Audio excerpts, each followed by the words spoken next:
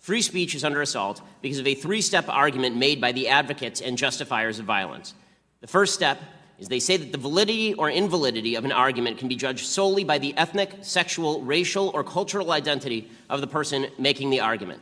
The second step is that they claim those who say otherwise are engaging in what they call verbal violence.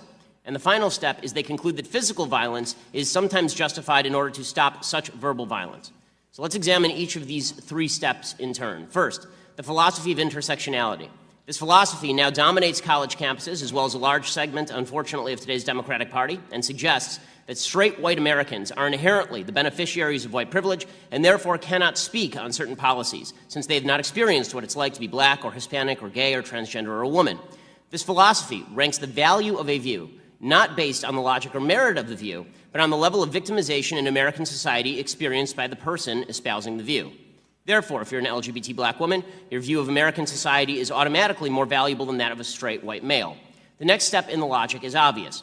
If a straight white male, or anybody else who ranks lower on the victimhood scale, says something contrary to the viewpoint of the higher-ranking intersectionality identity, that person has engaged in a microaggression.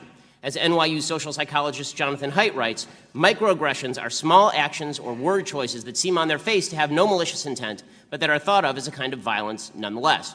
You don't have to actively say anything insulting to microaggress. Somebody merely needs to take offense. If, for example, you say that society ought to be colorblind, you're microaggressing certain identity groups who have been victimized by a non-colorblind society. Note, microaggressions, as the name suggests, are not merely insults. They are aggressions. They are the equivalent to physical violence. Just 2 weeks ago, psychologist Lisa Feldman Barrett of Northeastern University published an essay in the New York Times suggesting that words should be seen as physical violence because they can cause stress, and stress causes physical harm. Thus, Feldman suggested it is reasonable, scientifically speaking, to ban or restrict speech you do not like at your school. This is both inane and dangerous. That's because it leads to the final logical step. Words you don't like deserve to be fought physically. When I spoke at California State University, LA, one professor threatened students who sponsored me by offering to fight them. He then posted a slogan on the door of his office stating, "The best response to microaggression is macroaggression."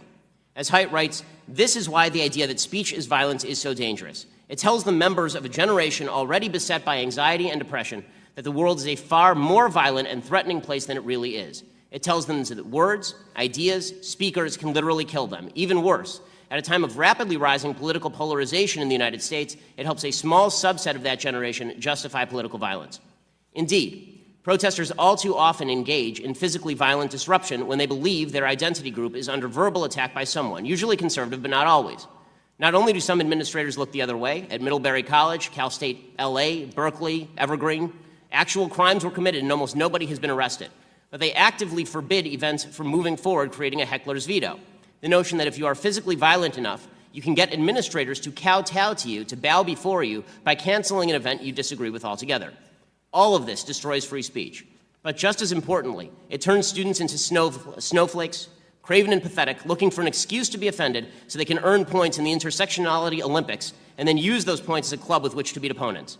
A healthy nation requires an emotionally and intellectually vigorous population ready to engage in open debate at all times. Shielding college students from opposing viewpoints makes them simultaneously weaker and more dangerous. We must fight that process at every step. And that begins by acknowledging that whatever we think about America and where we stand, we must agree on this fundamental principle. All of our views should be judged on their merits, not on the color or sex or sexual orientation of the speaker, and those views should never be banned on the grounds that they offend someone. Thanks so much.